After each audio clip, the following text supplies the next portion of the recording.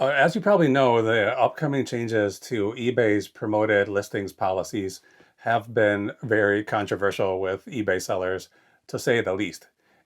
In short, if you pay to promote your listings, you will likely be paying for that promotion, even if your item has sold to a buyer who never saw the ad, never even knew the ad existed. And then also, unless you're choosing to pay for the more expensive pay-per-click priority promotions model, which requires you to pay every time somebody clicks on your listing, whether they buy that item or not. Um, Regardless if it sells, you're going to be paying these ad fees. In this case, if you don't use that policy, your ad will never ever be placed at the top of search results in the most coveted spots where you're most likely to get a sale. Many sellers have been vocal about this displeasure on these new policies, and eBay has been very quiet about the policies for the last couple of weeks until now. Okay, I have a lot of notes here. I have like 2 full pages of notes. I want to make sure I get all the details correct that I want to tell you about, and I want to get the names of the people involved right. Some of them I'm not sure how to pronounce, but I'm going to do my best. So if I'm like looking off camera, I'm looking at notes. So please forgive me if I'm a little bit stilted or whatever. I have a lot of information here, and we have to go through all of it. So this is basically the deal. On November 11th. Liz O'Kane, who is an eBay seller, a long time eBay seller. She has very close connections with the people at eBay. I used to hear her on the eBay for Business podcast pretty regularly, and I'm not sure how she made these connections or why they have often gone to her as an expert for selling advice, but I think she is somebody who knows what she's talking about. She I mean, unfortunately, that podcast has gone defunct. It was a good source of information, and I think you can go back and listen to old episodes, and it's probably worth listening to them, even though some of the policies have changed since then, and some of their answers might not be 100% accurate right now. I listened to every single episode of that in several over the course of several weeks when I was trying to get serious about listing on eBay. And I wish there was a good replacement for that. So if anybody knows of a high quality, no nonsense eBay podcast that just tells you like what's going on with eBay and that kind of thing, please put that in the comments. I'm interested in finding something to replace the eBay for Business podcast. Anyway, this Liz O'Kane, who is this person, a seller. She's a seller like us, but she does have connections at eBay. She hosted a virtual meetup for sellers, and it was technically an official eBay event. I wish that I could have attended it, but I was not able to. And if we were lucky, they would have released a recording of it. But like I said, it's controlled by eBay. They're not going to release this. They said they would record it and use it for internal purposes, but I don't think they have no plans to release it to the public, which is a shame because it seems like there's a lot of good information in here. So let's go through some of the information about what was going on. So Liz O'Kane, she invited official eBay representatives to come and answer sellers' questions specifically about this new policy. And attending the meetup were eBay Ads Senior Product Marketing Manager Kyle Mo, M-O-U. He's a relatively new guy at eBay, but I think he spent about 10 years at Google working on Google Ads. Also there was product marketing, retail marketing, merchandising, and e-commerce leader Scott Hankel, product manager Rishi V, and community program manager Kayomi Kayoshi. So I know Kayomi from that podcast, the eBay for Business podcast. She came in sort of towards the end as a co-host, and so I recognize her name. These other people I don't really recognize, but it doesn't matter. None of them really had great stuff to say at this meetup. So suffice it to say that the eBay team did not have good answers for any of the questions that they received, in my opinion. Okay, so let's go through some of those questions. They were asked about, and I've seen a lot of people questioning this. Basically, the question is how do we stop nefarious clicks? So if you have a competitor who's selling the same items as you and they want to affect your bottom line, they can go and click on your items, trigger this promotional ad click that tells eBay to charge you extra money. So basically, they're going to be taking money from you, clicking on your ads without any intention to purchase. There's also the concern about other sellers who do research, and I think most eBay sellers are they're searching eBay and clicking on listings to try to figure out what is this item I have, how much is it worth, how much have other people sold it for, how much are people selling it for right now. So these would be considered, what would you call it? Like no intent to purchase clicks. So we got the concern about nefarious clicks and no intent to purchase clicks. And the team said, like just bluntly, they said those instances will happen here. These are direct quotes. Those instances will happen here. What I've requested from our product team and our analytics team and our engineering team is to actually look into that data to better understand just how frequent those instances are and what type of actions, if any, need to be taken as a result of it. So that sounds to me like nobody has really even considered the possibility that somebody might be trying to tank your profits by clicking on your links without the intention to buy, or that people clicking on your links who never really wanted to buy your item are now costing you extra money. And I mean, honestly, when they say we're trying to see how frequent those instances are and what type of actions, if any, need to be taken, sounds to me like they're not planning on taking any actions. That's the way I read this. Okay, so not a great answer to that question. The next question that I have here is, so this policy went into effect already in about 5 or 6 months ago. It went in sometime in June. So we're talking about other countries that have the exact same policy in place right now. So that is the UK, Spain, Italy, Germany, Australia. I think, is that five? I think there's 5 countries that already are doing this. So they've been testing the waters for several months to see if this thing will make them more money or if people will be up in arms about it. And from what I could tell, a lot of people over there don't even know that this policy has come into place. There are a few eBay sellers in the UK that I watch who only found out about this after just in the last couple of weeks when a lot of eBay YouTubers are complaining about it. So people in the UK didn't even know they were paying these fees. So anyway, they asked about the reports that in those countries, sellers have been getting higher fees because they're paying for more promotions, but they are not getting measurably better sales results in any of those countries.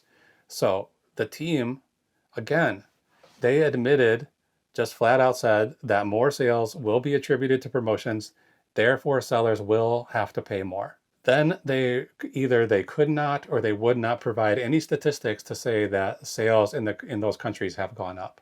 So it seems like the reports from sellers, while they are not necessarily scientific or not necessarily uh, reported that well, or people haven't been collecting statistics of their own sales that well, probably.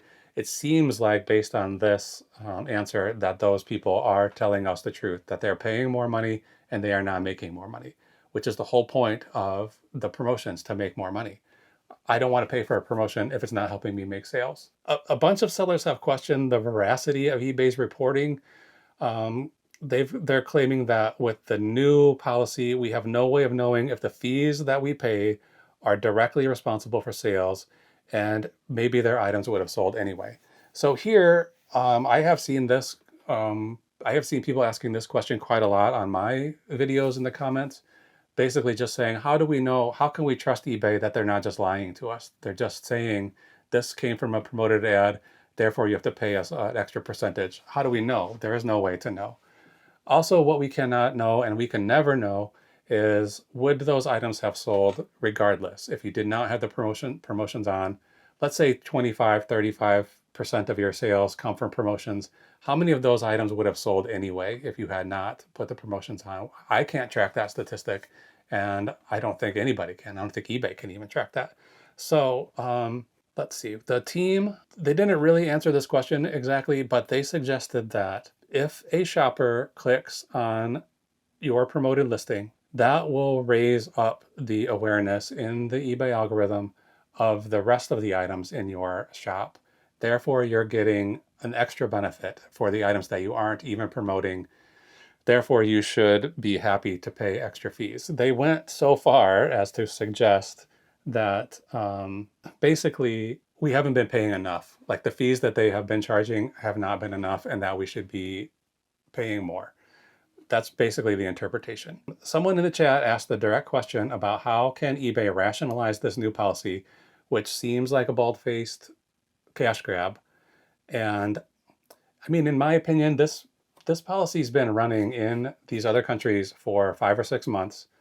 That's a lot of time for somebody in eBay's marketing team to come up with some sort of an answer to the question, how are you justifying this? How is this what is this improving for the seller? And they have not come up with an answer. It's really pretty shocking that they have not even considered an answer to this question. So they asked them, how is this going to, how are you able to justify this? And they basically said, promotions have been so successful. I mean, this is my paraphrasing. Promotions have been so great and so successful all along that sellers should probably have been paying more for them anyway, because they're saying we haven't been tracking the way that the promotions work, but with this new system, we can track things better, and we can see that if you promote something, then you get more sales, even on the items that you're not selling.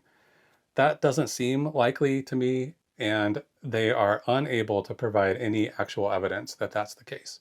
So Liz Morton, she's the writer at Value Added Resource. She reported that in the first 3 quarters of this year, 2025, eBay has already brought in $1.4 billion just in promoted listing ad revenue. So the money that we are paying to get our items listed higher up in search results and other places, there's more to it than that.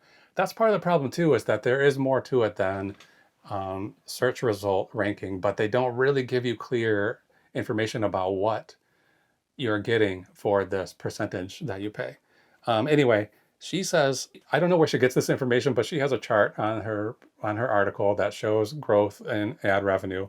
And this year, $1.4 billion so far.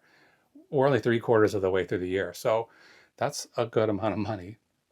She goes on to suggest that eBay does often take seller input into consideration when they're creating policy and when they're renewing policy. So we shouldn't just throw our hands up and just take it on the chin that we're going to have to pay these fees. We should be contacting eBay, telling them we don't like the policy. We should be continuing to spread the word about the policy so more and more people know about it, and making videos like this, blog posts, podcasts, whatever you do, get the word out about this policy to make sure that, I mean, a lot of people that just use eBay are not that savvy. They're not in it 100% of their time, and they may be just listing some items, clicking on this button that says promote, not really understanding that they're going to be paying 20% extra or whatever the suggested ad rate is. So get the word out to as many people as possible. In this article and in several other articles, Liz Morton at Value Added Resource has gone on to suggest that if you have concerns about the legality of this policy, if you think it's a bad faith policy, you can submit your concerns to the Federal Trade Commission and to your local state attorney general, and she even gives you like direct instructions on how to do that. So if you're really upset about this and you want eBay to hear about it, you can do these things. Federal Trade Commission, attorney general. These are the governmental organizations that can potentially make your voice heard. Okay, for me, I've said it in other videos, I have not seen any real clear results from using promoted listings. I have not felt like they have helped me get more sales. I can see these charts and I can see that my items have had more views, but just a few videos ago, I did a 10 days before I turned off my promotions and 10 days after I turned off my promotions. And I can see that those 10-day periods are essentially the same. as far as number of sales and amount of profits that I made. So I might have stopped using the promoted listings even if it wasn't for this new policy.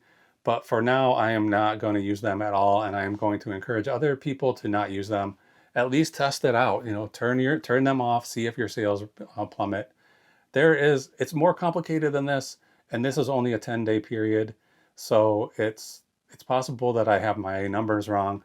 I'm not a data scientist, but it doesn't feel like I'm getting anything from those promotions, and so I'm not going to pay for them anymore. And I also want to send the signal that I'm not happy about this, and the only way I can see to do that is with my dollars.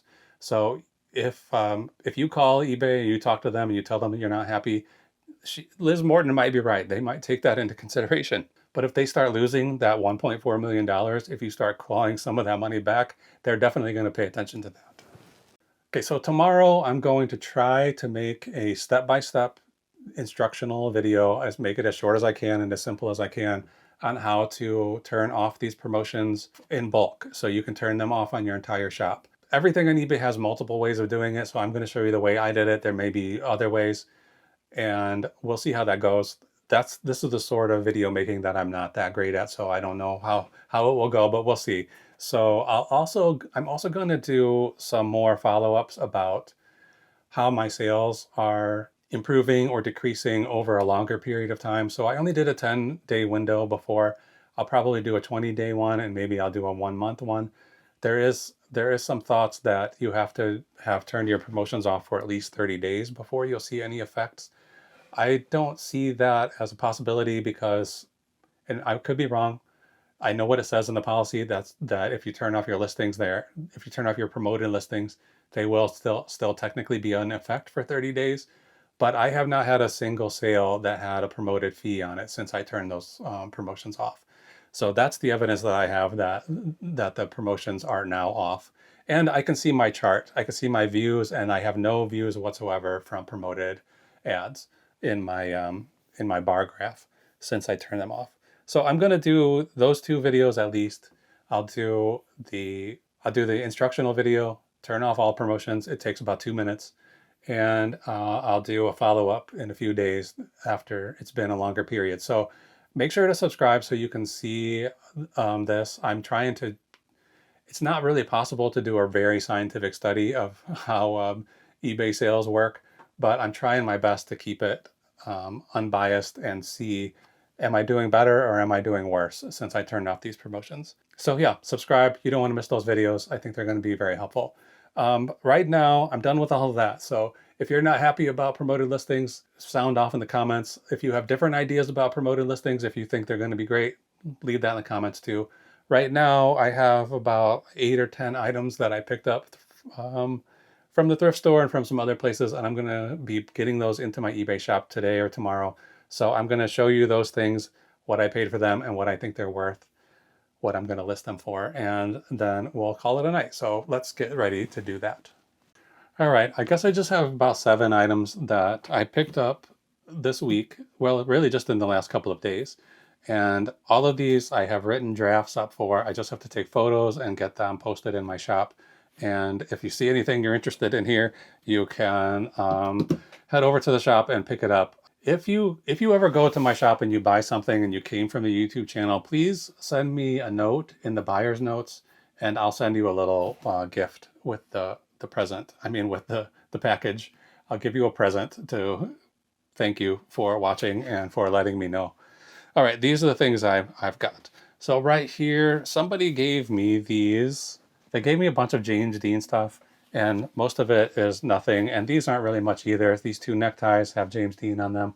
Let me get my light over here so we can get a better view of these. Let's see, how's that? So here we go, James Dean necktie. This is Ralph Martin brand, 1990s. I think one's 91 and 94. So vintage ties, they're just polyester. They're not really worth too much. Individually, this tie I've seen sell for $24. But I've also seen it sell for like $6. So I'm going to list both of these ties that I got for free. Somebody gave them to me for $25 or $26 and be willing to drop that price down if it doesn't sell pretty quickly. This Thursday, I went to my lunch break thrift shop that I go to. I usually go there on Thursdays, but sometimes I'll go there every day of the week just to see. So I was there Thursday. I got these three things. The first thing here is this. I'm supposed to be staying away from clothing because I don't have a lot of room for storing clothing, and it doesn't really sell that quickly. I think even the best stuff lingers for a while before it sells. But this is an Orvis flannel jacket, like a shirt jacket. It's lined with fleece. It's nice. I got this for $5 or $6, like probably $5.50. It has a tag, but it just says XL on it. It's XL size, so that's a good size. I thought it was a men's jacket, but when I mean, this is an example of doing research. I looked this up on eBay and I found other people were selling it as a woman's shirt jacket. So everybody else who sold it got around $30 to $35 on it. So I'm going right in the middle there. I'm going to put it at $32.99 plus shipping, and hopefully it doesn't stick around too long. We are in the flannel shirt season, I guess. It's pretty warm here today, but it's not going to stay that way forever. This is a vintage, I would guess this is from the 80s, but I'm not really sure. When was potpourri popular? Maybe the 90s. Anyway, it's a rival potpourri crock pot where you put your potpourri in there, you put water in there, it heats it up and makes your house smell like, in this case, probably Christmas time because it has Christmas trees on it. This little thing here, is this mistletoe? I guess it is. So this is brand new. It's never been used. The pricing on it is a little bit complicated because I can't find one that has this exact Christmas tree pattern on it. There's others with Christmas trees, but not this specific one. So those other ones are selling, and this makes it complicated too, because they're selling from between like $35 up all the way up to like $89.99. So again, I'm going to go kind of right in the middle and try to get like $50 or $55 for this. Maybe I'll do $55.99 because it is Christmas time, and I'll get this listed right away. And hopefully somebody will buy this to stink up their house for the holidays. It's nice. I mean, I would not have thought that was going to be a good seller, but seems like it's going to be. It has a really, really high sell-through rate for those kind of things. Potpourri pots. I also grabbed this little Care Bears mug. It's Designer's Collection by American Greetings. Has Roman numerals on it, which I guess I was able to figure out is 1985. It ends with a V, so that's going to be a 5. I know they came on in the 80s, so we'll call it 1985. I'm not doing the translation to figure out if this is actually 1985, but I'm sure it is. Yeah, this is I probably shouldn't have bought this. It was $2, so I got $2 cost of goods on it. It's probably going to sell for 16, maybe as much as 20 if I'm lucky. They're all over the place pricing on these. So some are selling for like $6, some selling for 20. A lot of people selling them in lots of 5 or 6 for $50, whatever. I'll try to get 20 for it. Everything else here I got for free. This is a box set, Captain Underpants books. This is one that says, this edition only available for distribution through the school market, so it would be Scholastic Book Fair.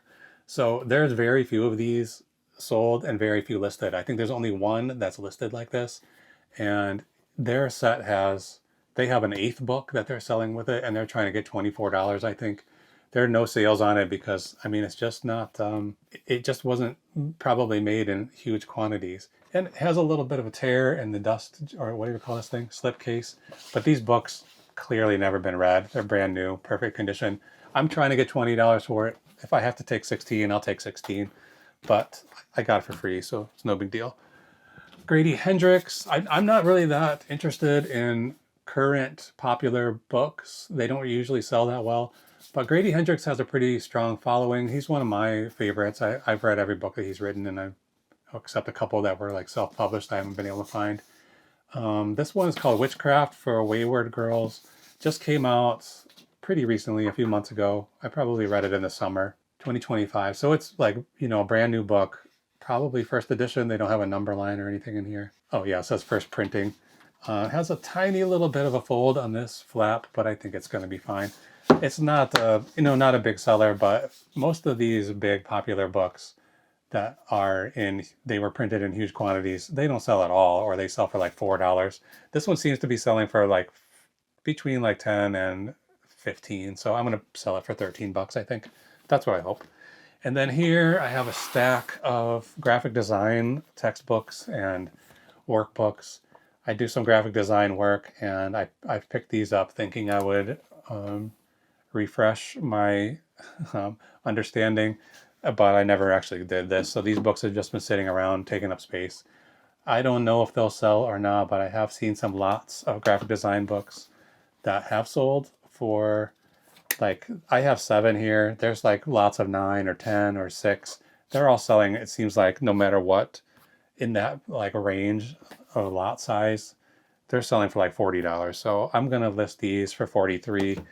I got them, I got all these for free. Just picked them up when I saw them, and I've been hanging on to them for a long time. And it's time to let them go and see if I can't make $40 off of them. There we go. That's everything that's ready to get listed in my shop. So we'll see you over there, and we'll see you again tomorrow with another video. Probably do some packing tomorrow for sure. So thanks for watching. We'll see you again very soon.